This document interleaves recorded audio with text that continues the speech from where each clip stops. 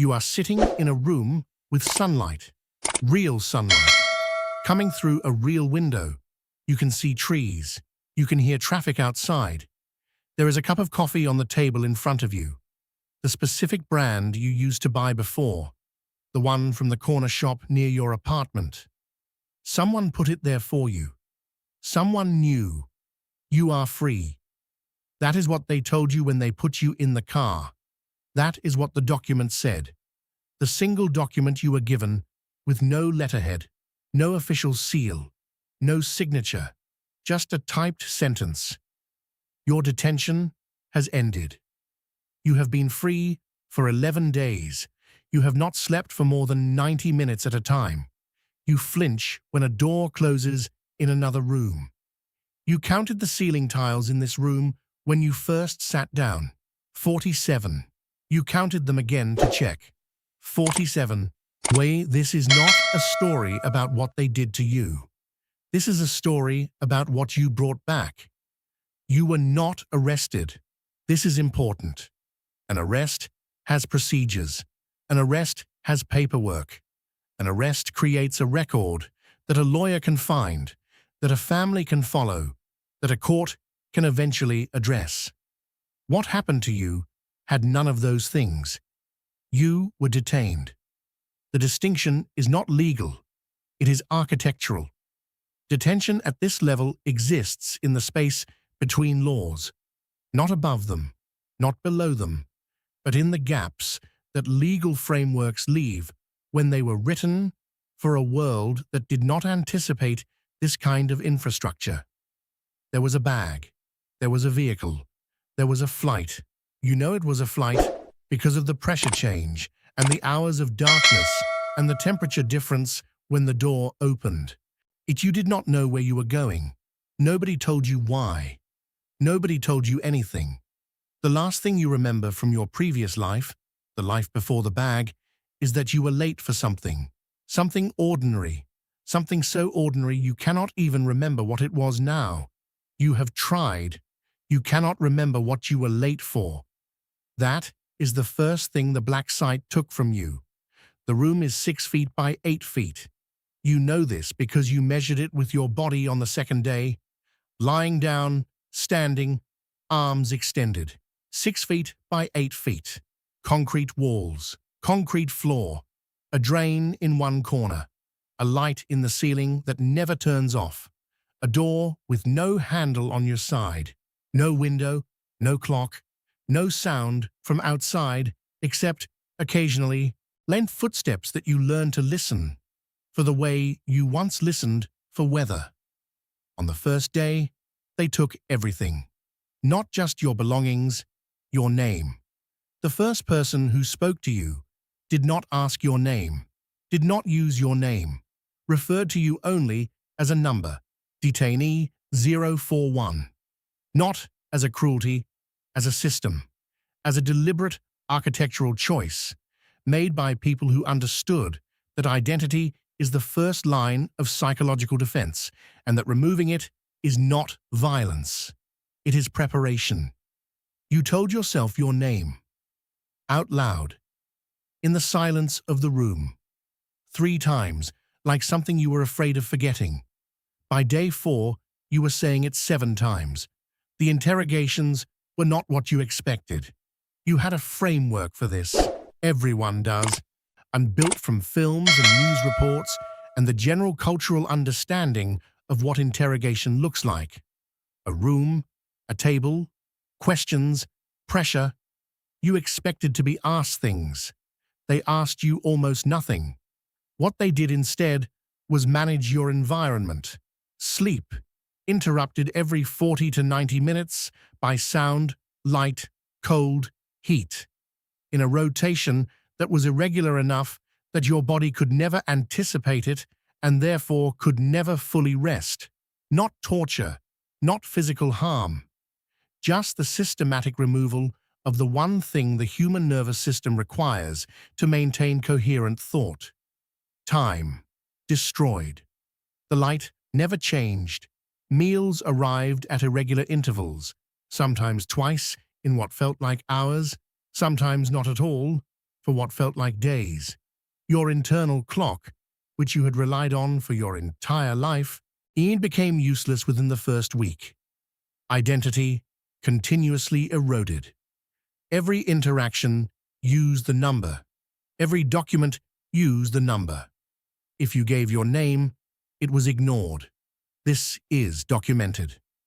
The Senate Intelligence Committee report, declassified, publicly available, describes these techniques in clinical language. Enhanced interrogation, separation, environmental manipulation. The language is designed to be readable without being felt. What it felt like was this. It felt like being slowly unmade.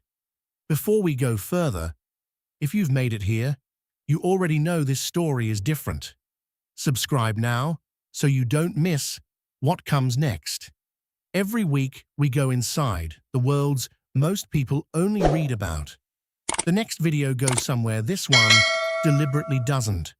There was a guard. You never saw his face. The guards wore balaclavas, not for anonymity from you understood later, but to prevent the psychological complication of a detainee forming a human connection with a specific person. They understood that a face is a door. Cover the face and you remove the door. On day 19, you know it was day 19 because you had been counting meals and this was the 38th meal. The guard who brought your food paused at the door. Just paused. For approximately 4 seconds. He did not say anything. He did not do anything. He just stood there for 4 seconds before he left. And in those 4 seconds, something in his posture was slightly different from every other guard in every other interaction you had experienced. Something that communicated without words, without gesture, and something that could only be described as, "I see you." You sat on the floor after he left and did not move for a long time. Not from grief, not from relief, because you had just realized that the 4 seconds were the most human thing that had happened to you in 19 days. And that realization that 4 seconds of nothing was the most human thing told you more about what had been done to you than anything that had happened before it. On day 47, you stopped counting. Not as a choice, not as a decision. The counting just stopped. The way breathing stops when you're asleep. The way your heart keeps beating without instruction. The mechanism that had been maintaining your sense of time simply ceased to function. This is documented in psychological literature on prolonged isolation. When the external markers of time are removed and the internal markers have been disrupted long enough, the mind eventually stops maintaining the timeline. Not because it gives up, because it is protecting you. The part of your brain responsible for orienting you in time and space has determined that attempting to maintain that orientation in this environment is causing more damage than abandoning it. Your mind made a decision you didn't make. It decided that the present was the only thing that existed. Past and future, gone. Not forgotten, gone. Inaccessible. The room, the light, the drain in the corner, the sound of the footsteps. This was all that was real. You stopped being afraid. Not because things improved, because fear requires a future, and you no longer had one. On a day you cannot number, the door opened differently, and not the regular opening. The meal opening, the interrogation opening, the opening that meant something was about to happen to you. This was different. A man in civilian clothes, the first civilian clothes you had seen, stood in the doorway and said 2 words. "You're free." You did not move. He said it again. "You're free. You can go." You stood up. Your legs worked. You walked through the door. There was a hallway. There were more doors. There was a vehicle. There was movement. There was light. Real light. Daylight. The specific quality of outdoor light that you had not seen in however long it had been. You did not cry. You did not feel relief. You felt nothing that you had a word for. They drove you to a street in a city you recognized. They opened the door. You got out. The car drove away. You stood on the pavement and watched the traffic and understood, in the specific way that you now understood things, that you were standing in the world that had continued existing while you were gone. The world had not noticed your absence. It had simply continued, and you were now required to continue with it.